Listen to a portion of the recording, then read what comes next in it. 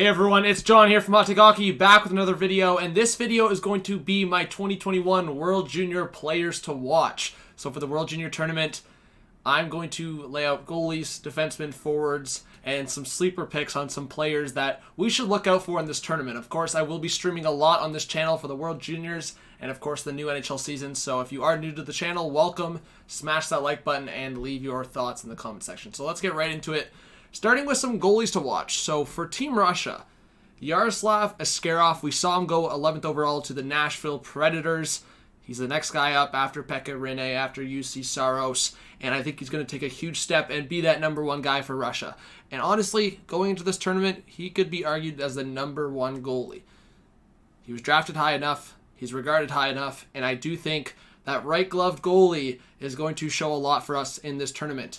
Hugo Alnefelt, I think he's going to be the number one guy, but for Jesper Wallstedt, he's a guy that could go top 15, top 20, maybe even top 10 next year in the 2021 NHL draft. So we got to look out for Wallstedt if Alnefelt struggles, but we saw how well Alnefelt played last year in the World Juniors, and he's back for another round, hoping to bring Sweden that gold medal. So Alnefelt is a goalie to look out for, and Wallstedt, his backup, but I mean, I would say don't be surprised if he gets a game or two. And Spencer Knight for the U.S. Dustin Wolf, I mean, what a steal that was for the Calgary Flames, 7th round.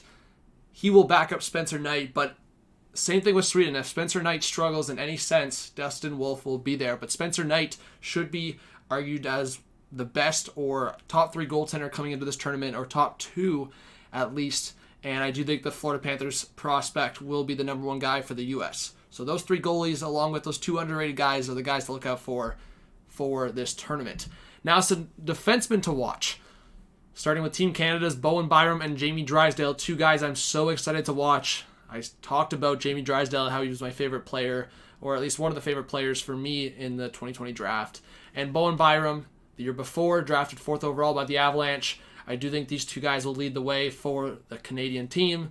For Sweden, I think they arguably have the best defensive core, but I would say these 3 big guys with experience, Tobias Bjornfoot, Victor Soderstrom, and Philip Broberg. I'm wearing my Kings jersey for Bjornfoot.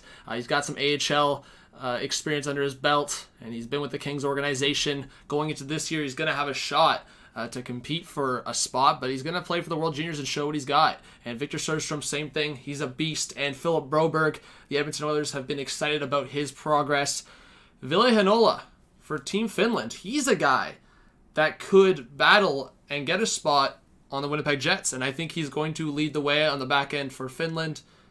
They have a little bit of a weaker team in comparison to previous years, but I do think Heinola's going to be the number one guy and lead the way. Moritz Seider for Germany. Germany's seen a few players not be able to attend because of COVID-19. Moritz Seider will lead the way for Germany on the back end. And Cam York, the U.S. development team, he will be the number one guy for the U.S. Most likely. I'm going to talk about another defenseman or 2 for the Team USA, but on the surface, Cam York is the guy for USA.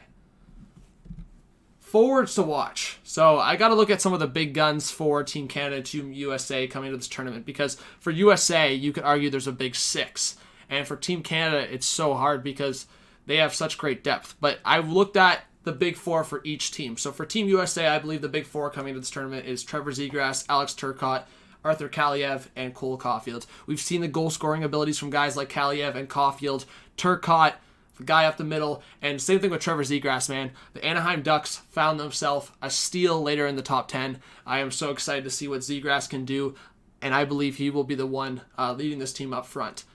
Kirby Dach, Dylan Cousins, Connor McMichael, Quinton Byfield. I got the 2 guys I believe are going to be the big guns at the start of that list, Trevor Zegras and Kirby Dach. We saw what Kirby Dach did in the play-in round and the playoffs with the Chicago Blackhawks. He's like taking a step backwards to come into this tournament with Team Canada. And Kirby Dach, I'm so excited to watch this guy. So mature. He's going to lead the way with Dylan Cousins.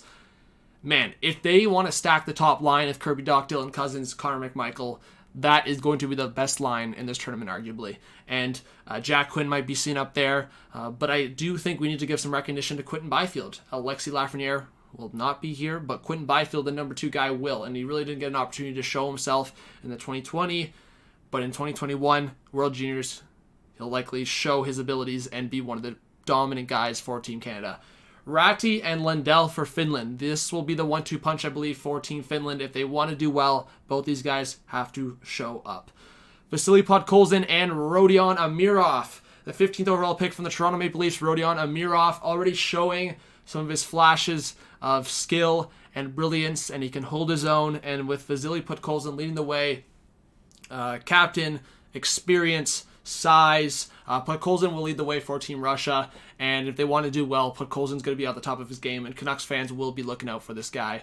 Lucas Raymond, Alexander Holtz, kind of a similar thing. This is the 1-2 punch in Sweden.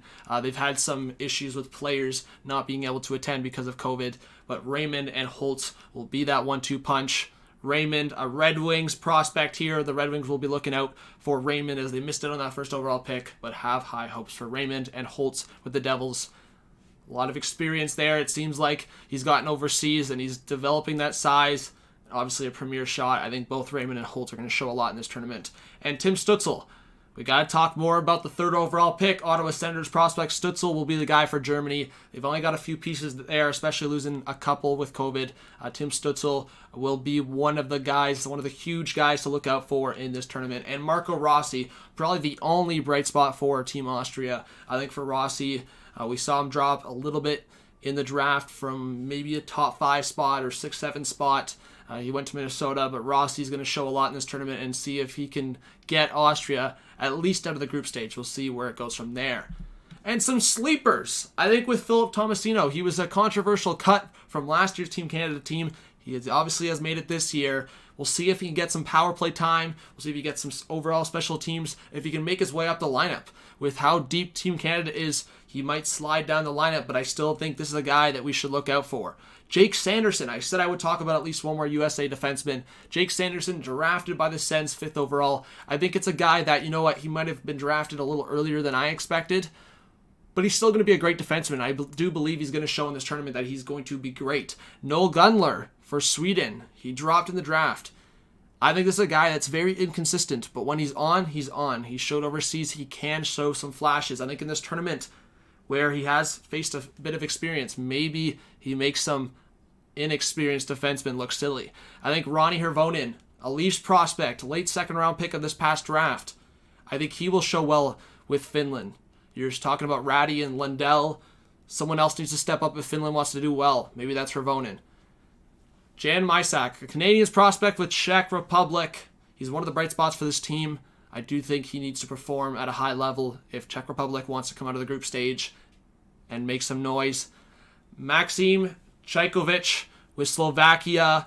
He was a 3rd round pick. I think he has potential to be the guy for Slovakia. Again, they don't have too much on that team, but Chajkovic will be one of the sleepers to look out for in this tournament. And Lorenzo Kanika. I think with this guy, I don't even know if he's going to be a top 40, top 50 pick in next year's draft, but Switzerland, it's one of those things. Switzerland, Slovakia, like some of these teams, they don't have a lot. So it's going to be interesting to see if Kanika can be a guy, only 17 coming into this tournament, if he can make some noise. So let me know what you think. This was kind of my players, goalies, defensemen, sleepers to watch for this tournament. Let me know what you think. Please subscribe if you're new. Smash the like button, and I hope to see all of you soon. This was John from MCKAY. Have a good one. Peace out.